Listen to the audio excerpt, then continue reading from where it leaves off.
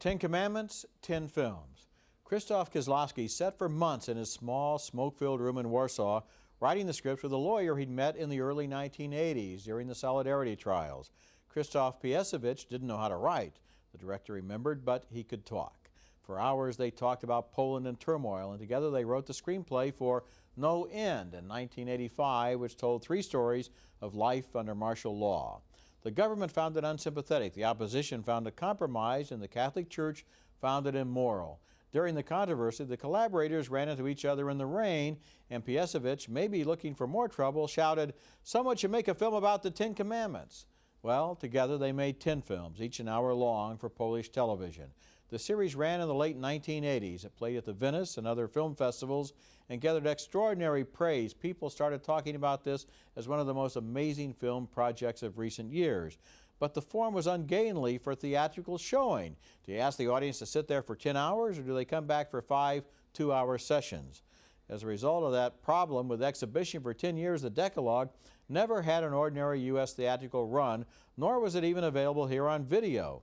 At last, 2 years ago, it was released in North America on tapes and DVD discs by Facets, and now comes this visually enhanced DVD release.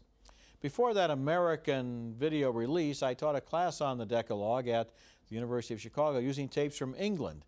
And we found we lost a lot of time trying to match up the films and the commandments. There is not a one-to-one correlation. Some films touch on more than one commandment. Others involve the whole ethical system suggested by the commandments. And for that matter, the Protestant, Jewish, and Catholic versions of the commandments are not in exactly the same order. It doesn't matter because these are not simplistic illustrations of the rules, but stories that involve real people and the complexities of real problems. All the stories involve characters who live in the same high-rise Warsaw apartment complex. As we move around the complex in the 10 stories, we grow familiar with the layout and even glimpse characters from one story in the background of other stories, sharing the lift, for example. There's a young man who appears in 8 of the films, a solemn onlooker who never says anything, but sometimes makes sad eye contact.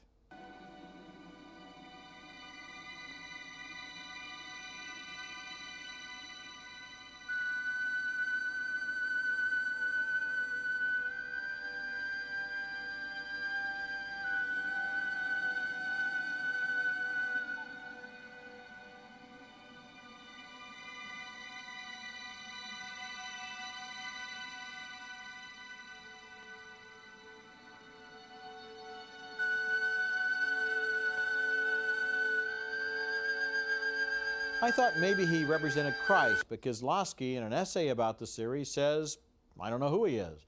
Just a guy who comes in and watches us, watches our lives. He's not very pleased with us. Directors are notorious for not pinning down the meanings of their images, and in this case, I like the theory of Annette Insdorf in her valuable book about Kieslowski, Double Lives, Second Chances. She compares the watcher to the angels in Winder's Wings of Desire, who are pure gaze, able to record human folly and suffering, but unable to alter the course of the lives they witness. In a sense, this guy is also looking on and can't get involved as these lives unfold. The 10 films are not philosophical abstractions, but personal stories that involve us immediately. I hardly stirred while I was watching some of them. After seeing the series, Stanley Kubrick observed that Kieslowski and Piesowicz have the very rare ability to dramatize their ideas rather than simply talking about them. Quite so. There was not a moment when the characters talk about specific commandments or moral issues. Instead, they're absorbed in trying to deal with real-life ethical challenges in their own day-to-day existence. Consider the heroine of Decalogue 2, who wants a doctor to tell her whether her sick husband will live or die. The doctor, a gruff and solitary man, is almost cruelly distant with her. He resists being asked to play God. The woman explains why she must know. She's pregnant with another man's child. Her husband is not fertile. If he is going to live, she'll have an abortion. If he's going to die, she'll have the baby. Niech pan powie, że umrze. Chodzi o to, żebym ja po prostu wiedziała. Ja chcę zrobić dla niego wszystko, co mogę, ale... Pani nie może. Może pani tylko czekać.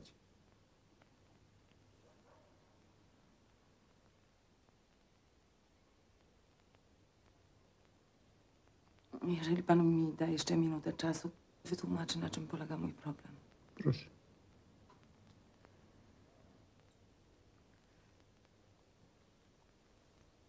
Do tej pory nie mogłam mieć dzieci. Od 3 miesięcy jestem w ciąży, nie z moim mężem. Jeżeli ją usunę, wiem, że nie będę miała już szans, wiem to na pewno.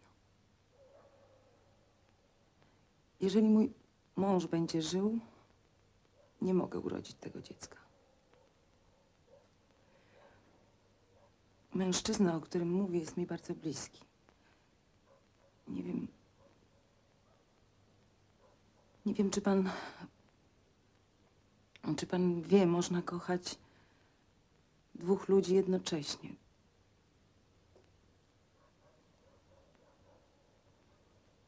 Można.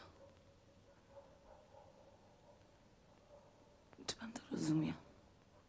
Well, in a sense, that's the stuff of soap opera, but here in this film, it becomes a moral puzzle, solved finally only through a flashback to the doctor's own painful past. And even then, the solution is indirect, since events do not turn out as anyone anticipates. Kieslowski roots the issues in very specific performances by the doctor and the woman, Alexander Bardini and Kristana Janda, and a beautiful, subtle thing happens. The film is about their separate moral challenges and not about the two of them locked together by one challenge. Or for that matter, look at the moral switch in Decalogue 6, which is about a lonely teenage boy who uses a telescope to spy on the sex life of a morally careless, lonely woman who lives across the way. The kid decides he loves her. They see each other because he's a clerk in the post office. Then he takes a morning milk route so he can see her then, too. Almost inevitably, she finds out he's a peeping Tom and also an anonymous phone caller and a prankster, but we can hardly guess what she's going to do then.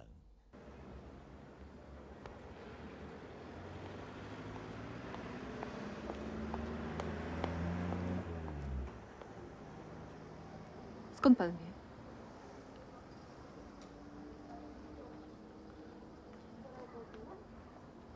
Podglądam panią. Co?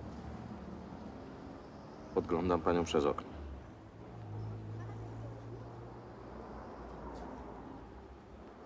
Zmykaj stąd. Spieprzaj.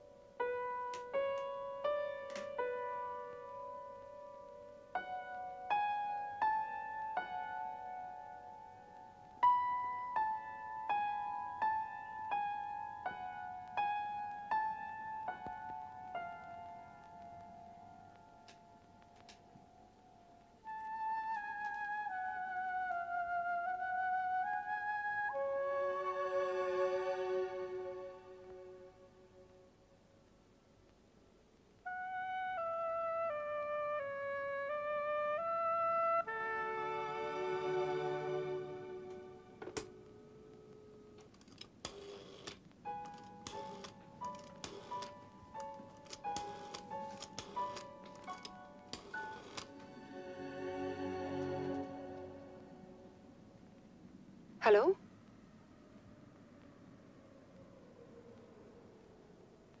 Liczę do 3. 1, 2. Halo? Patrzysz? In one of the sharp but plausible dramatic twists that Kieslowski likes in all of his films, the woman invites the teenager to her apartment and uses his sexual inexperience to humiliate him. And that is still only the halfway point in their moral duel. What happens next to him, to her, and to them shows right and wrong shifting back and forth between them as sinner and victim exchange roles.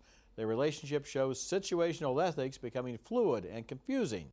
In the Decalogue, Kieslowski deliberately avoided everyday facts of life in Poland because he thought they were a distraction. The rules, the laws, the shortages, the bureaucracy.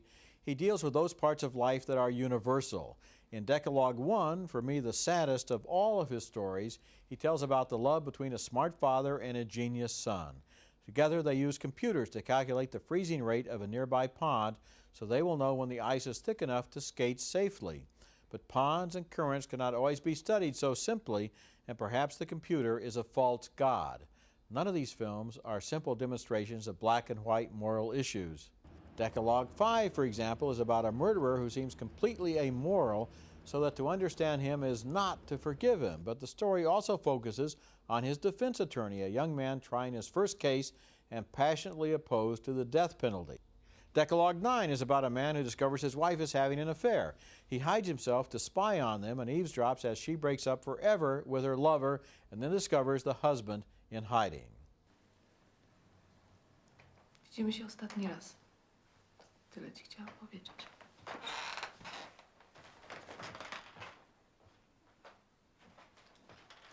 Aniu, Idź już. ja nie muszę iść z tobą do łóżka, ale nie wyrzucaj mnie. Cię nie wyrzucam. Ale idź już. Kocham cię. Nigdy o tym nie mówiliśmy. Nie. Nie będzie. Dowiedział się. O nim też nie będziemy mówić.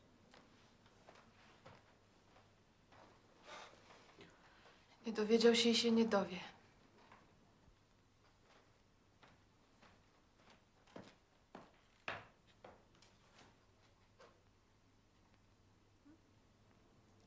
Zapnij kurtkę i idź.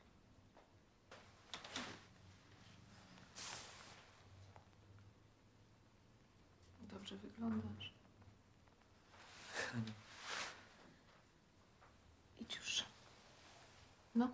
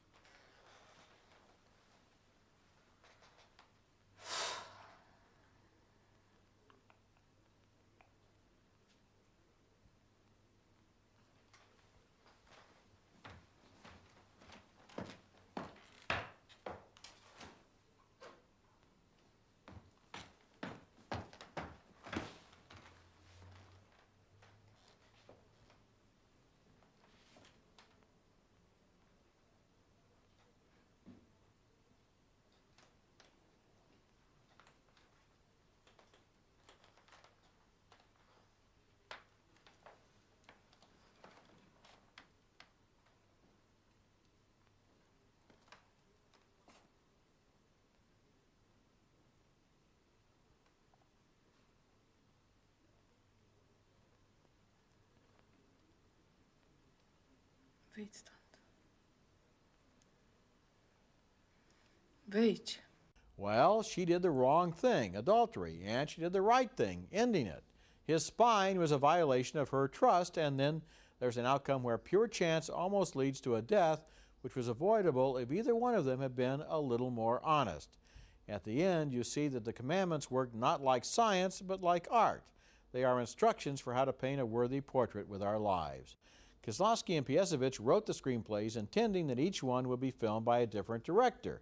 But Kieslowski was unwilling to give them up once he read them, and he directed all 10, each one with a different cinematographer. That was interesting, so that the visual styles would not become repetitious. The settings, of course, are much the same.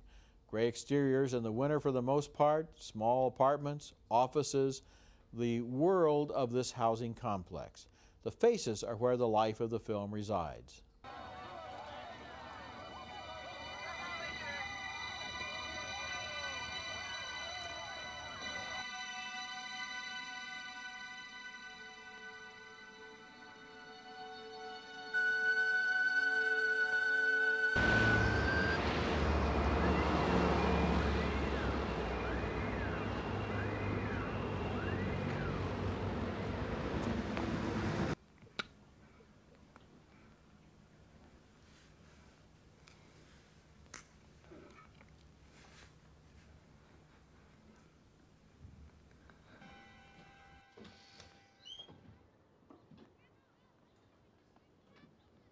The people of the Decalogue are not characters involved in the simple-minded struggles of Hollywood plots. They're adults. For the most part, they live outside organized religion. They're faced with situations in their own lives that require them to make moral choices. I don't think you should watch the films all at once, even if you did want to watch them for 10 hours in a row, but maybe look at each one on a different day. Then if you're lucky and have someone to talk with, you can discuss them and learn about yourself. Or if you're alone, you can discuss them with yourself, as so many of Kieslowski's characters do.